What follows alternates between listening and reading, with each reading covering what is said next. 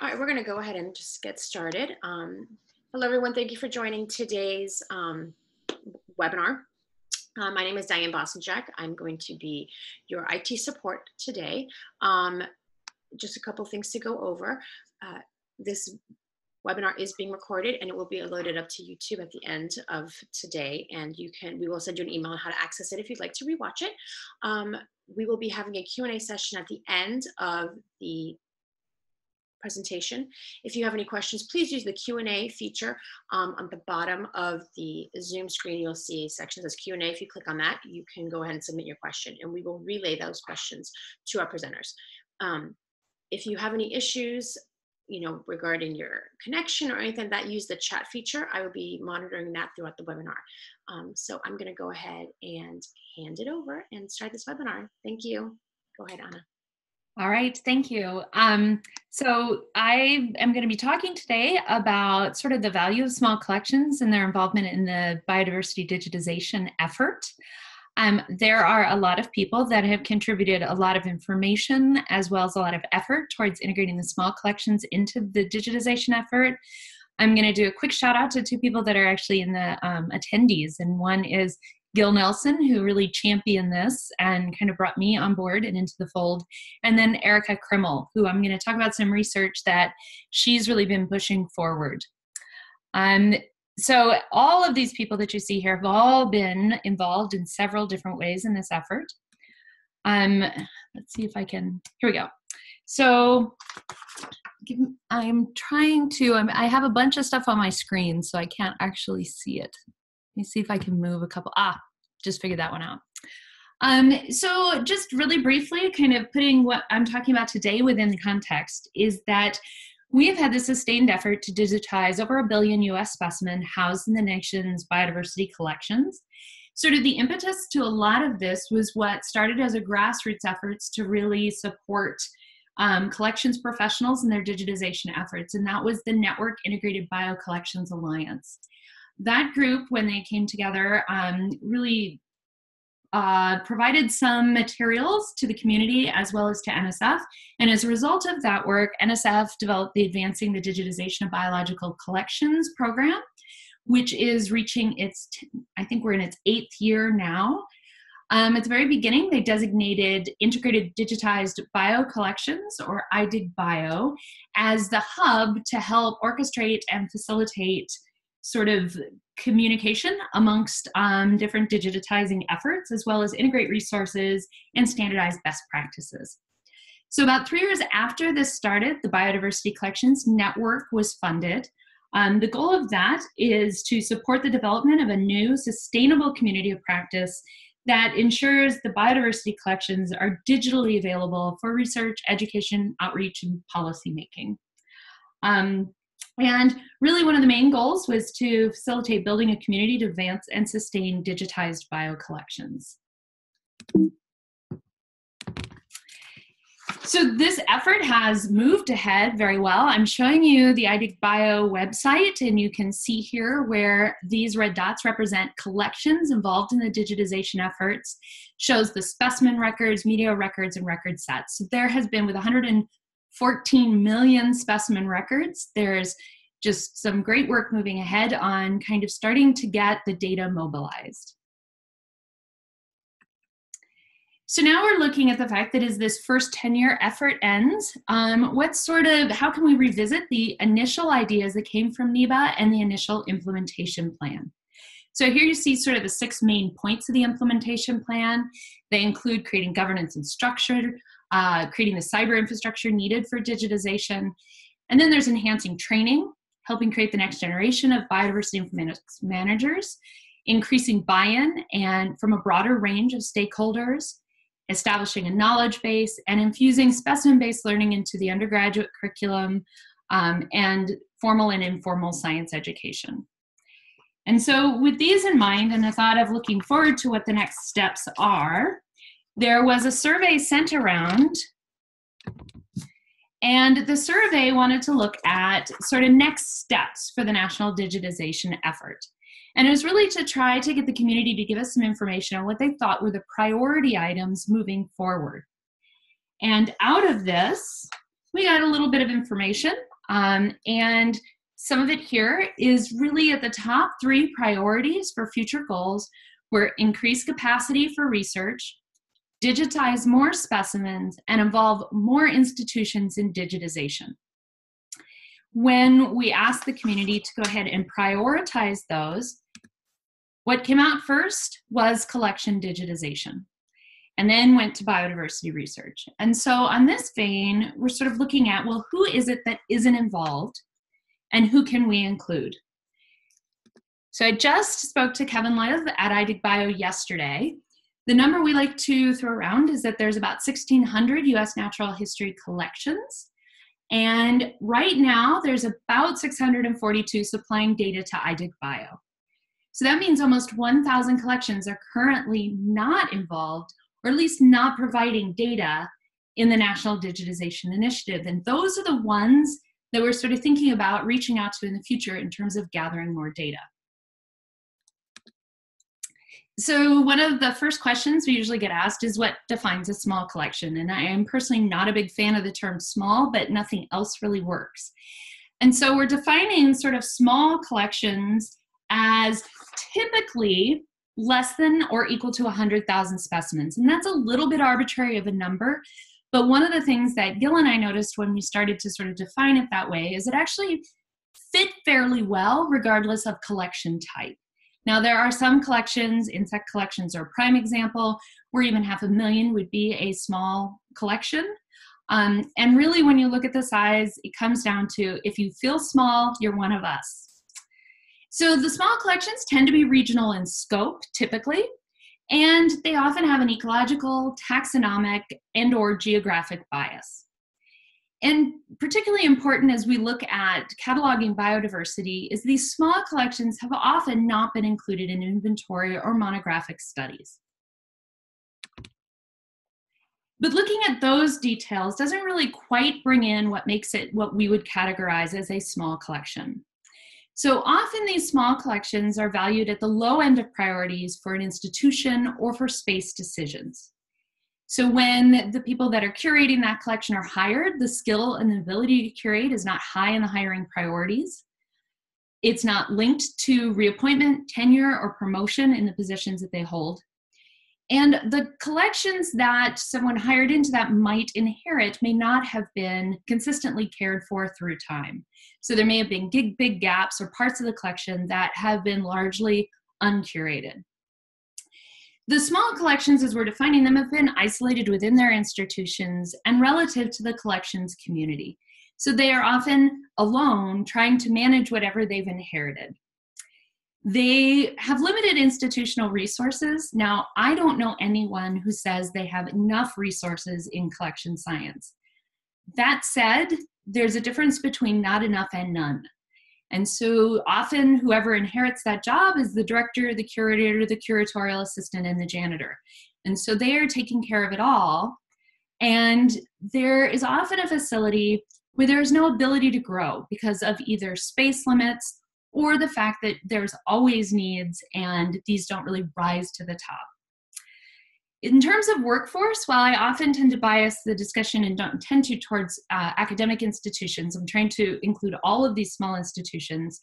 So if you have a volunteer workforce or an undergraduate workforce, that gives you sort of a lack of continuity and care. And also you have to kind of take into account the ebb and flow of when people volunteer or undergraduates are there to work. So summers, if you're not prepared for them, you may not have anyone around. Volunteers take vacations, as do students, and so you tend to lose your workforce for most of December and January. And sort of beginning of the academic year is never the best time to get a lot of stuff done. And so this affects like sort of your workflow and ability to keep the continuity going in a collection. In addition, there's a lack of systematic expertise for all or part of the collection. And I really saw this when, trained as a systematist, I've definitely worked in collections, but I was not a curator. And so while I participated in mounting specimens or filing specimens, I wasn't doing big decision-making within the collection itself. And when I inherited a collection, it became really clear that I had a lot to learn. And in a sort of collaborative group I was working in, I was talking to other professors in a similar appointment as my own, And one day we just all got really real and realized we'd never really been trained in specifically what we were supposed to be doing with our collections. And I think that that is really critical. So coming down to this, you know, we're the little guys. So small collections, less than or equal to 100,000, are only hold about 13% of the specimens that we currently have in the US. So they are not the big bulk of the specimens. That said, they are the bulk of the collections themselves. So the majority of the collections fall under 100,000.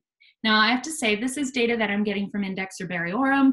The botanical community has done a very good job of monitoring their herbaria.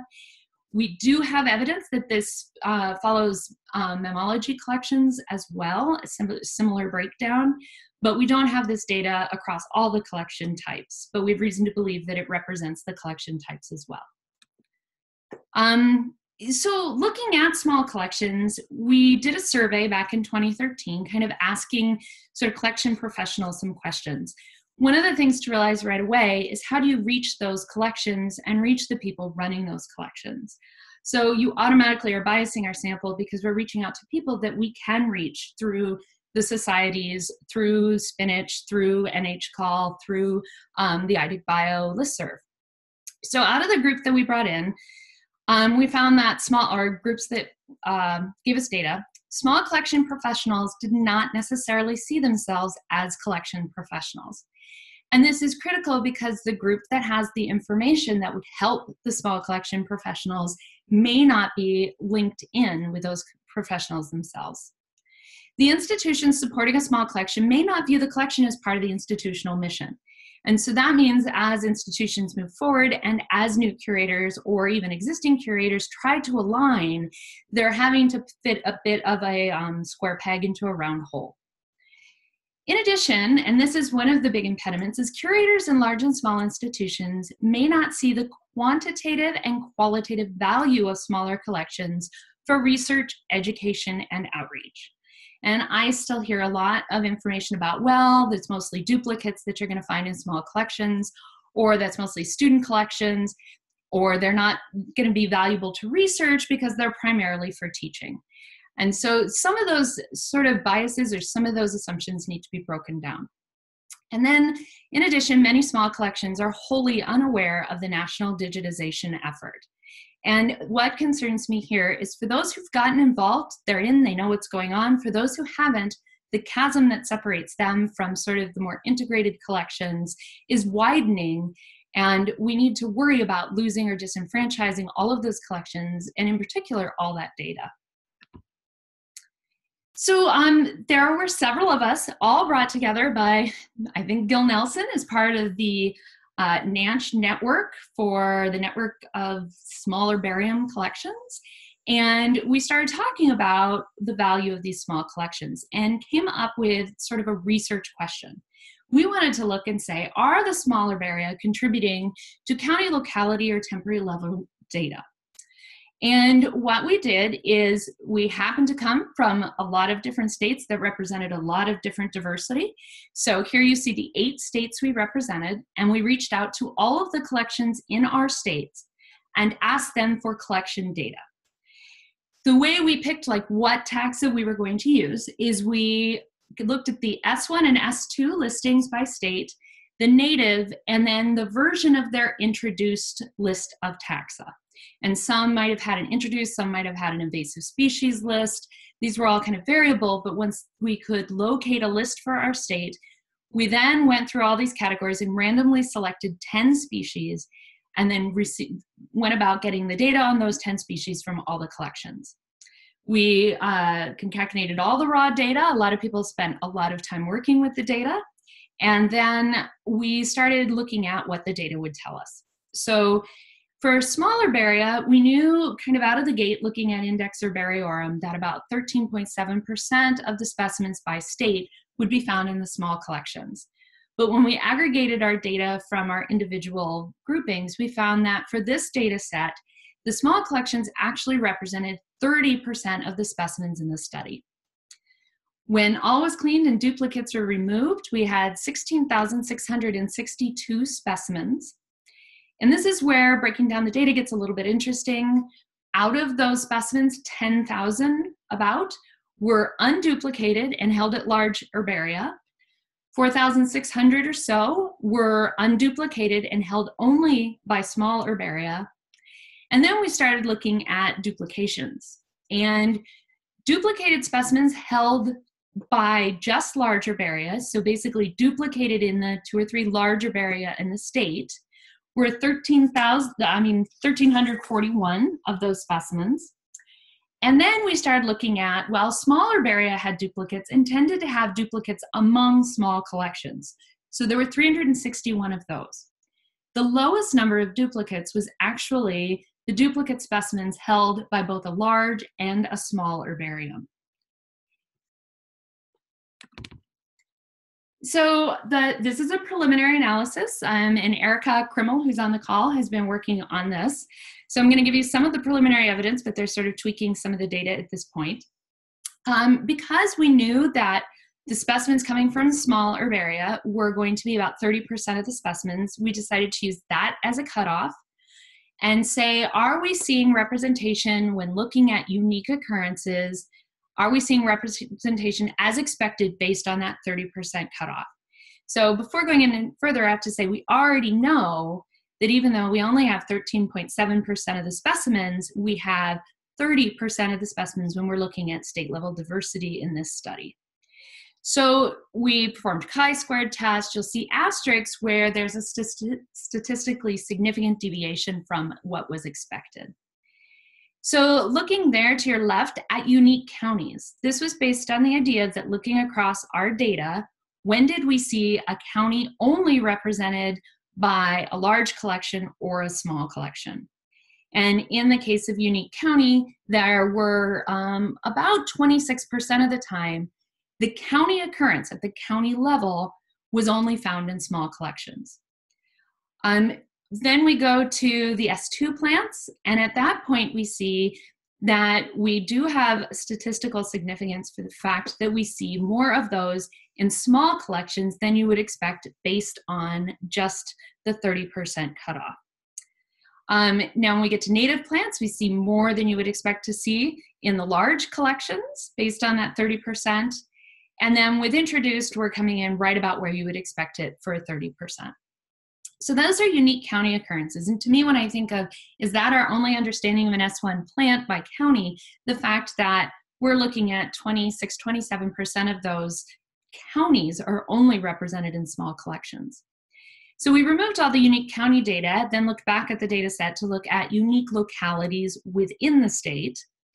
And in that case, we found, in this particular case, the S1 the S1 species were found more prevalently than would be expected in the unique localities, more than you would have expected with our 30% cutoff. Then again, you're seeing S1, S2, and native are going to be right about 30% where you would expect it for small collections. But when you get to introduced plants, we're seeing higher than expected contribution from small collections. So when all of those are removed, we're looking at the time. When were they collected?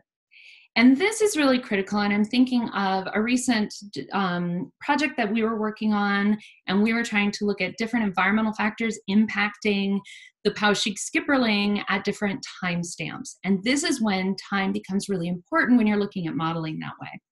So looking at unique time, no matter what type of plant you had in this study, S1, S2, native or introduced, you found a higher than expected contribution from the small collections.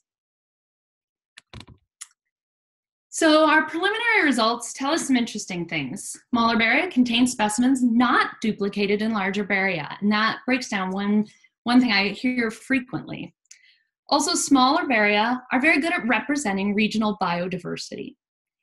And small herbaria contribute significantly to spatiotemporal knowledge of rare, common, and introduced plants.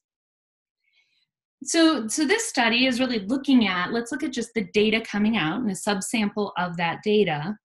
I want to introduce another project that actually then looked at and parsed out the data between large and small collections to see their relative contribution to sort of species distribution modeling. Now, I have to point out here, my student Heather Dame, former student, she's now in a PhD program at The Ohio State University with Meg Daly. And Heather took on this project as part of a course where she had to come up with some sort of modeling exercise and chose to look at small versus large collections and their relative contributions. And so once she did that, we started getting really excited about what she could do potentially with it. So we engaged with another collection, and we knew that at the time that we were working on this paper, GBIF was the best source for collection-based data.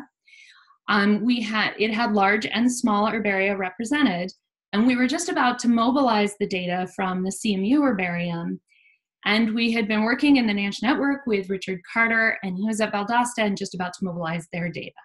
So we were able to look at large collections already digitized and mobilized, small collections that were available through GBIF, and then what if we just add a couple small collections to that group? So the other thing we knew is that both Richard Carter and myself had worked within Furini, so we had specimens within our collections, we'd done some publications, and we felt fairly confident that those collections were ones that we could stand behind. So Furini are in the SEDGE group. Once we looked at our data, we started with 16,000 data points, and through the cleaning process, made it down to about 1,500. And you can look on this graph, and to the right, you see sort of a distribution of the data. And in the GBIF large collection only occurrence data, you can see the distribution. We had almost 1,300 specimens. When we looked at just small collections, we were able to see two concentrated areas of data. My guess is one's the Torch network.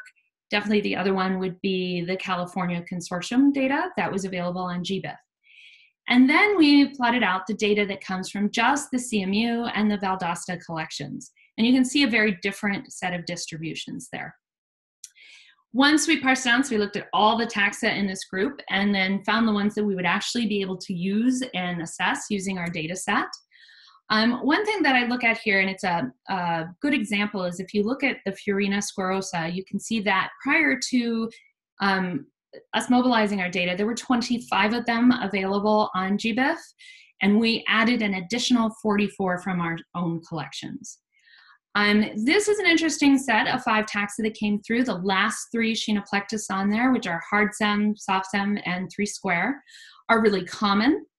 And the first 2 have more limited distributions. So this was giving us a chance to look at how sort of the data would impact this, the rarity or common nature of it would impact the study. So what I'm going to show you is just one of the sort of taxa that we looked at. This is our Habitat Suitability Index, and you can see here on the left, if you start off with just the large collections, you're going to see where it's dark green is where you have the highest suitability index. And you can see that the dark green and the green changes as you continue to add specimens. So GBIF large is just the large specimens, GBIF all is the large and the small that were already available, and then GBIF plus the ones from Valdosta and CMU. And we've chosen this, the one I'm showing you is for soft stem bulrush. Then we looked at, well, what would happen if you only used part of the data? And the colors you see that aren't white show a change in the habitat suitability. And so it can be the warmer colors are a loss, a negative change. The cooler colors are a positive change, and then it kind of reverses in there. But what you can see is that you get different sort of suitability relative to which set or subset of data you use. Now, we did send this through peer review. We have looked at the fact of what about data set size. We qualified for all that. We went through a lot of the stuff to make sure that this was valid to make some of these conclusions. So we found that data from small natural history collections contribute unique information both geographically and in environmental space. Models inclusive of small collections data result in a more refined prediction of habitat suitability. Small collections are contributing unique occurrence data, which can enhance species distribution models. They bridge geographic collection gaps and shift modeled predictions of suitable habitat. And this is one that I think is particularly important because you've seen a fair amount of literature about the bias that you might find in natural history collection data. And one of the potential ways to deal with that is using the small collection data, which would have unique geographical and ecological data found only in these collections. So, normally when I have spoken about this, I put this slide first. But this time I put it after I finished talking about sort of the research uses, because I think that this is particularly, I think we just supported a lot of these points. You see unduplicated specimens in small collections. You see intense regional sampling. You see unrepresented temporal sampling. You see focused sampling of community composition. It's common to go out and sample across the community versus what we do a lot in systematics is we're going and looking for our plant or our group of taxa. Something I haven't mentioned is that small collections don't just occur at academic institutions, but one of the great places they occur would be at field stations. And in the case of field stations, those small collections can even represent biological hotspots. And then the other thing to remember, and this is the case in our study, is that it can be a hidden source of specimens representing the curator's expertise. And so small collections, we're not just saying it, we have evidence to say, have the potential to really significantly expand our knowledge of landscape level biogeography. So I'm coming back to this slide to say, well, what else do small collections have to offer? And if you look at the last 4 of these, they all relate to sort of education and outreach. And so you have enhanced training, create next generation, buy-in, participation, a knowledge base, infusing specimen-based learning. And so why am I bringing these up, which all have to do with like sort of training the workforce that will use these data? And I do that because one, it's a step in front of it, is if we look at training the workforce, we really want a lot of biodiversity scientists up there in the red, but we also want there to be scientists outside of the normal discipline of biodiversity science who know about and could utilize this data set. So when I look at this, you see K through 12 is a place where you can have a big impact on training the future STEM workforce as well as the general public and an educated public. But who trains the K through 12 teachers? That happens in the undergraduate curriculum. And so it's really at that undergraduate level that you have an immense potential to sort of reach out to the K through 12 as well as specific and general training for the workforce as it develops. So this is why I talk about this here with small collections, is because again, we only have 13% of the specimens, but we have 65% of the students. Now, again, this is using Herbarium data, but that means that if we are training the next generation, they need to experience collection and collection science in their undergraduate in order to even know that they could want to do this when they move on. And where they're going to be exposed to it and where they have the chance to interact with collection science is going to be at those small collections. And so because of that, we need to think about how we are pulling the small collection people into the fold. Are they continuing to do this? Are they bringing their students into the process? And so I show this slide because these are some of my amazing students. And I had been working on digitization. You can see in the upper right there that my students decided they're going to have contests to see who could get more barcoding or digitizing done in a day. Sort of we're working, there was a lot of candy involved in this, but in the process, in basically a summer, they were able to digitize our collection. Now, at the end of this, we looked at, okay, can we work with the other small collections in the state? And I went to the students and said, okay, guys, can you tell me what I should be telling these other collections? Matter of fact, let's make it better. Let's have you give the presentation of what you're going to say to the other collections so they know. I wanted to know what they had learned. I was thinking they were going to say, oh, use sticky notes or make sure that you start from the back and move to the front or move from the front to the back. But what they came across with was actually what they learned about the process of science. And so they were saying stuff that was gold that I really, really wish I had intentionally taught them. And that was stuff like, oh, well, I understood the iterative process of science and that science builds on prior knowledge. Or, oh, I finally understand the value in a scientific name and that it confers meaning. So I presented this at an I Dig Bio Summit, And Sherry Ellis came to me and said, we should ask the community what's happening here. And so we wanted to look at the learning outcomes in natural history collections. And we developed a survey and sent it out to the curators and asked them to send it out to their students. So this survey was conducted in 2013, and I think this is important as we think to some of the results. So we had 167 curators respond. 85% of those curators were university or college affiliated. 50% came from what we would call small collections, and 97% incorporated undergraduates in the work that they were doing. And when we looked and conservatively estimated, so if they say they worked with this many students over 5 years, we know that in just these collections, over 3,000 undergrads were spending time in the collections. And the time they were spending in the collections was spent databasing predominantly, but they were also conducting research, they were field collecting, and when we started to look at all the tasks that they were doing very high order tasks. They were also working with this sort of data continuum and everything from designing studies, walking through the process of collecting in the field, all the way to the digitization of the specimens. We asked the curators to send stuff out to their students. We had 258 student responses. 76% of those were biology majors, which means 24% were not. So there we have people were getting into the collections. They can possibly be learning about their value that are not, in fact, going to go on to become biology majors, but could make informed voting decisions. So when we looked at individual questions that we asked, we found that about a little under half indicated this influenced their course selection. 64 out of 138 said it influenced postgraduate plans, and almost 50% of the students intend to pursue graduate work immediately after graduation. Here's some results. We asked a lot of questions of students to self-report out about what they felt it taught them. And so here we see the students felt in almost all cases, this is a subset of the question, but it represents all of them, is that they felt that very much, a lot, or at least some, was what they learned about these different sort of nature of science type questions.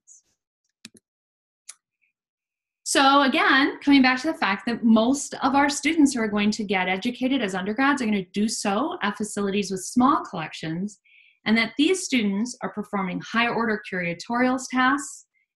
They are critical to curation and digitization.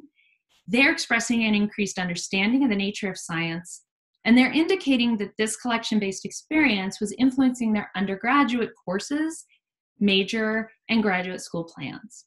So a great place for them and a great potential for small collections to influence and be important to the overall digitization effort. This I'm not going to go into and spare you much, but we also have a fair amount of work that's been done just looking at the overall value of the collections themselves in education. And so it's the collections and the collection data.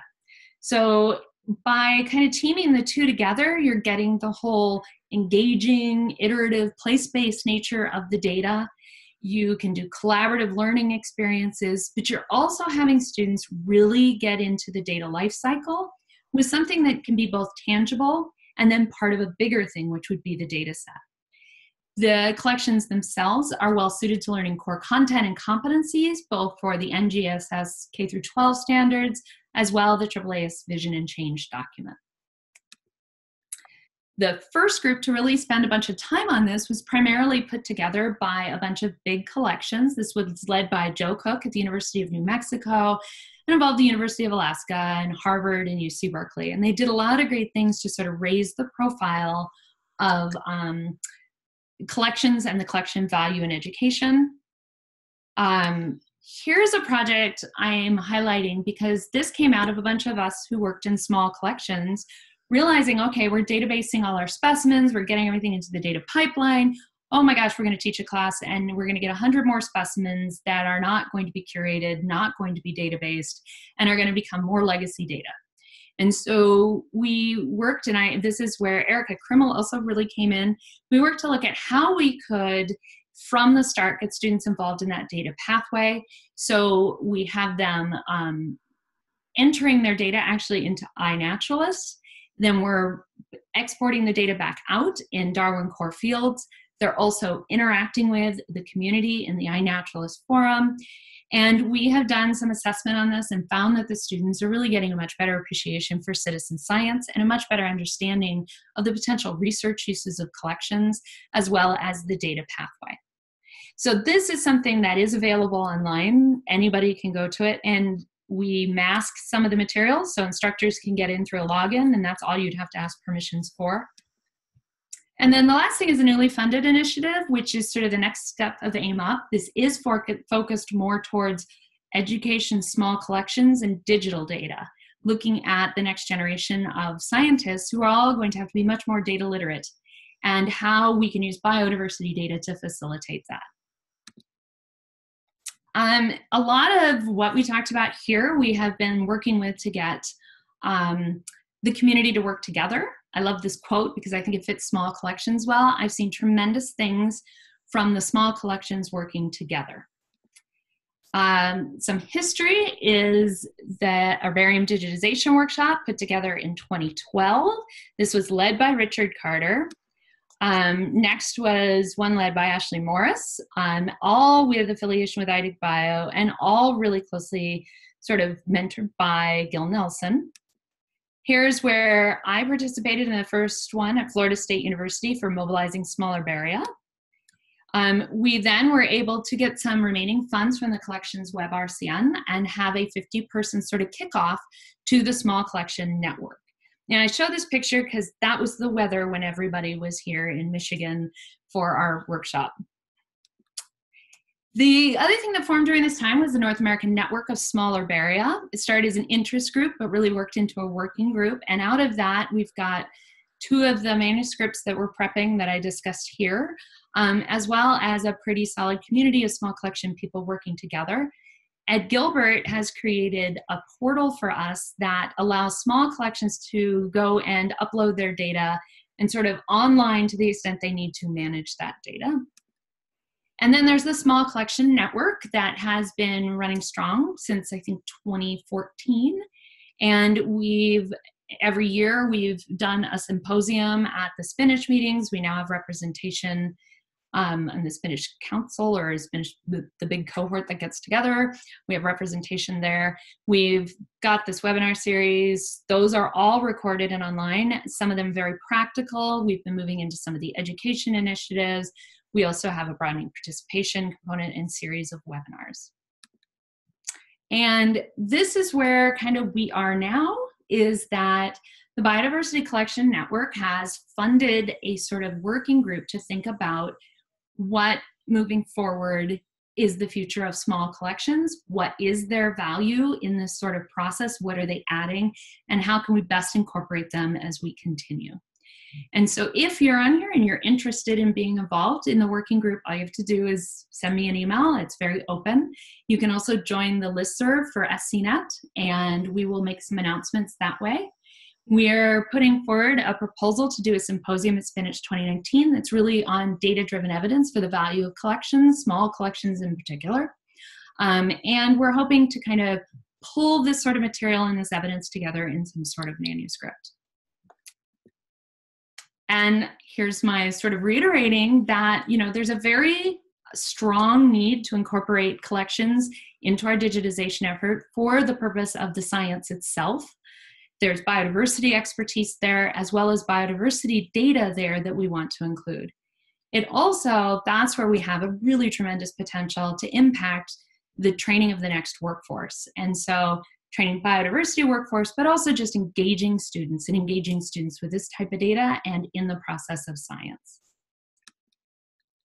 A lot of people I have probably left off here, so my straight up sorry to that, but Sherry Ellis, she's helped with a lot of the assessment that you've seen as we've reflected on some data. Ed Gilbert, who has really spent a lot of time helping the small collections get their information into the North American Network of Small Herbaria. Spinach, as they've been supported, they have representation from the Small Collection Network. The Small Collection Network till now has been funded largely through iDigBio and through the efforts of Gil Nelson, and so they need to be acknowledged here as supporting this. Collections Web early on contributed to this as well. And then the Biodiversity Collections Network, which is really trying to help promote this as it moves forward. I think that is all.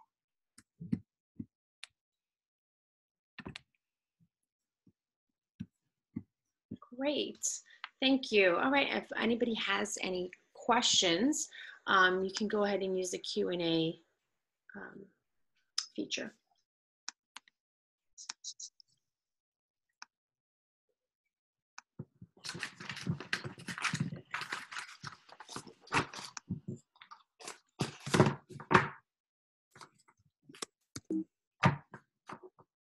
We'll give everybody a couple of minutes to go ahead and do that. And as a reminder, this is being recorded, so we will be sending out a reminder or not a reminder, an update on where to find this recording.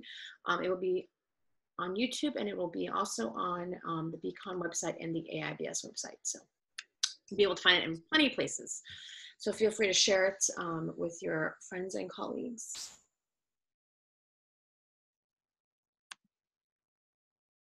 All right, Gil Nelson said, good job, great job, lots of good info. Thanks, Gil. Might sound a little familiar.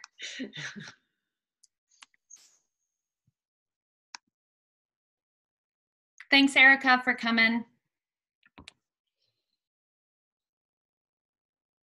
And if you do think of any questions after the fact, you are always welcome to email me at membership@aibs.org, and I will then forward it over to the correct person.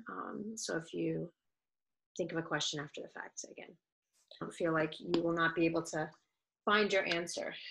So can folks hear me? Yes. I hear you, John. Yep. So here's my question is obviously I work at a large museum, and one of my questions would be, how can we better have large museums and small museums work together across the country? I, would like to survey and find out what works and doesn't work for the individual curators. My own personal experience is it's the personal interactions and the one-on-one that really matter. And so I saw Gil reach out and just make phone calls sometimes to get people at a digitization workshop. And what the result of that is they now have a fully digitized collection, and in many cases are fully involved. I think it's tempting to think of us as one and done a little bit. So let's go in, let's get all the specimens, let's bring them to our facility, let's do the digitization, but that doesn't allow for sort of the continuation of the sort of continued collection, continued digitization, and it doesn't help as well to embed it into the culture of that institution. So I think, in answer to your question, is I've seen small networks work incredibly effectively. So you can see how well the Herbaria in California have done based on that one slide. The CERNAC network is an excellent example of where they brought the small collection people in from the beginning.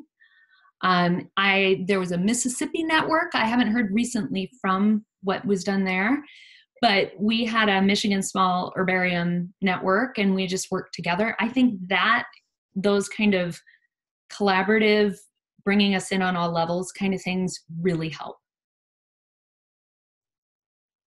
Did that answer your question, John? Yeah, it did. All right, so Gil Nelson, he is asking if the people who are attending, if they can raise their hand if they would like to participate in the SCNet. And he also said he definitely agreed with John. I think small working with large ensure that small institutions don't orphan their small collections. Definitely agree with that. Yeah, but I think the question there is how do we effectively do that? And I think that's a big discussion topic. You know, as Anna has talked about, I think the networks work as long as everybody benefits, and you know, we just need to constantly be thinking about what are the best ways to do that. And of course, the other thing that any of the big institutions need to recognize is that a lot of the training is happening at the smaller institutions. Yep. And it can, so you can think about it that way, as in if you train us effectively, you don't have to train so many. And one of the things that worked in Michigan was that sort of pathway of information.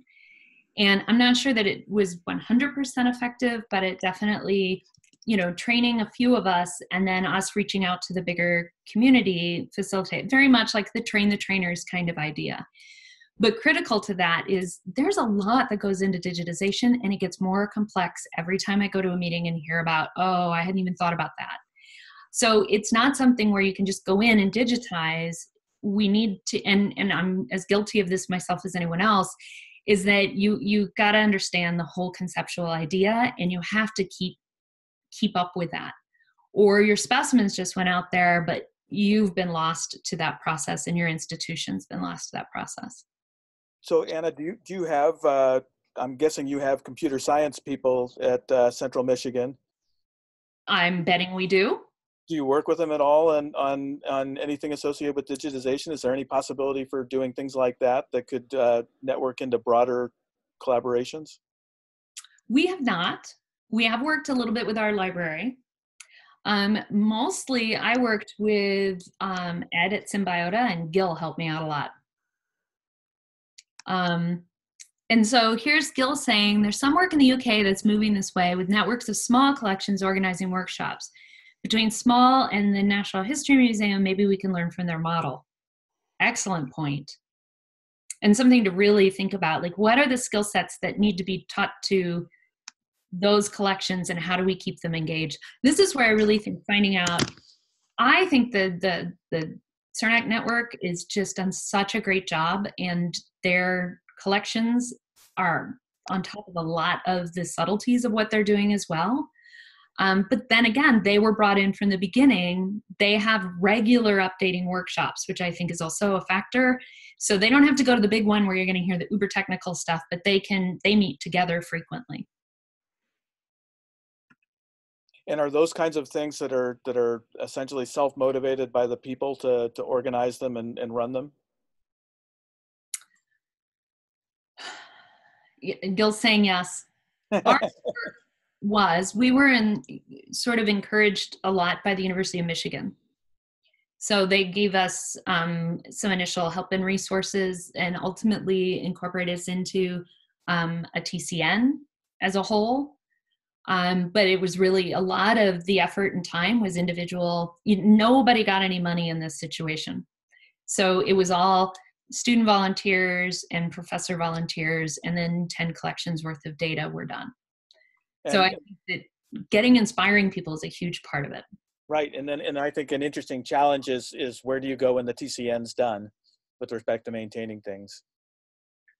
Yeah, that is a challenge. Has that been, I'm sure that people are talking about it. Has some of them end? Well, and I think that's a topic for all of us to think about and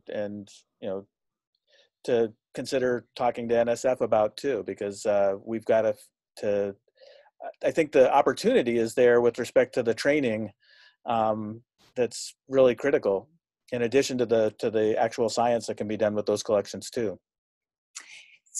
So one of the things that I think this comes down to sometimes is what are motivations, and trying to remember what the individual motivations or what the reward system is at the different institutions. And one of the fact that I get to operate and work with big institutions, and that I can point to that as collaborators with CMU is actually a positive. That I can, so that I don't know if that's a benefit to the Field Museum. They're not, wow, we got a collaboration with Anna Monfils, we're golden now, or on a CMU. So, but that, knowing that matters and reaching out and making and optimizing that connection, I think can be a big benefit to the small collections. And it also, if we can convince the small collections about how important that will be for enhancing their research. And we have to have some examples of that to say, why is it worth the inertia to get to the point where you are digitizing your collection? What are the end gains for a faculty member that really doesn't have to do anything with their collection. But then on the other side, what do you guys get out of it? I mean, I think that's a good question, and my personal view would be that it's our responsibility to network across the areas in which we work, and you know, any big collection will have representation of the regional representation of the areas around it. And so I think that's just by nature of that, we ought to be able to effectively engage in that. And a lot of the major institutions are big enough to have additional programs associated with conservation and things like that. And because of that, I think that there's I mean, if our collection programs aren't sort of collection based and thinking about the value of collections, then they shouldn't be in our institutions. And so I think those can benefit more than just the local institution, meaning the field museum. They can actually benefit the community around us. Well, and I think quantifying that is going to be part of it too. There's a little bit of, I think you're right. And I think and Gil's pointing out here, the UK workshops are smaller regional museums. But I think keeping the small collections involved in the bigger dialogue is also important. Oh, absolutely. But again, I think the way you do that is by building connections with people that, you know, have ties either historical or current to smaller institutions and vice versa. You know, and that's a good thing. And I mean, if you get people out in the community that have ties to multiple institutions in the region, we're all going to benefit. It'd be interesting to find out how these small groups have evolved, what questions we could ask to figure out why all of a sudden did this group gel and pull together, and how can we facilitate that in states or regions where that isn't yet happening. And the outcomes would be valuable too, because just having the specimens digitized, I think, is only part of the battle. And I think, again, some of the successes I see are that I'm seeing my colleagues at small collections using the data in their research. And to me, that means they've really understood its value and are continuing to invest in that, which keeps their collections current and their students current. And do you see some of those? I mean, that's another aspect I was thinking about it, and this is a longer term thing, but one of the questions will be, are these students going on and seeking out careers where they're ending up at other collection-based institutions specifically because they want to be there? Well, and I think that, well, so it's interesting because of my students, I can tell you which ones ended up in collections. But what I find really cool is the ones that end up in fields you wouldn't expect, but now they know about collections because they're going to start using them in ways we can't even predict. Yep. And that's exciting to me, is that once you put that in their tool belt, God knows how they're going to be able to use it. And they're likely to end up in a place, if there's an academic institution with a collection nearby, they may actually support it in the long run too, which is always a good thing. Always a good thing.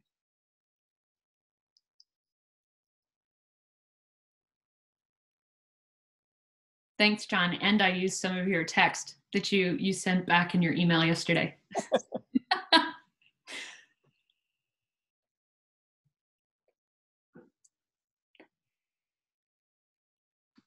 I'm seeing a couple people on the call. If there's any interest on your part in getting involved in any of this or hearing any more, one is reach out to Gil or I about possibly ways to learn more about this. Happy to share anything about it.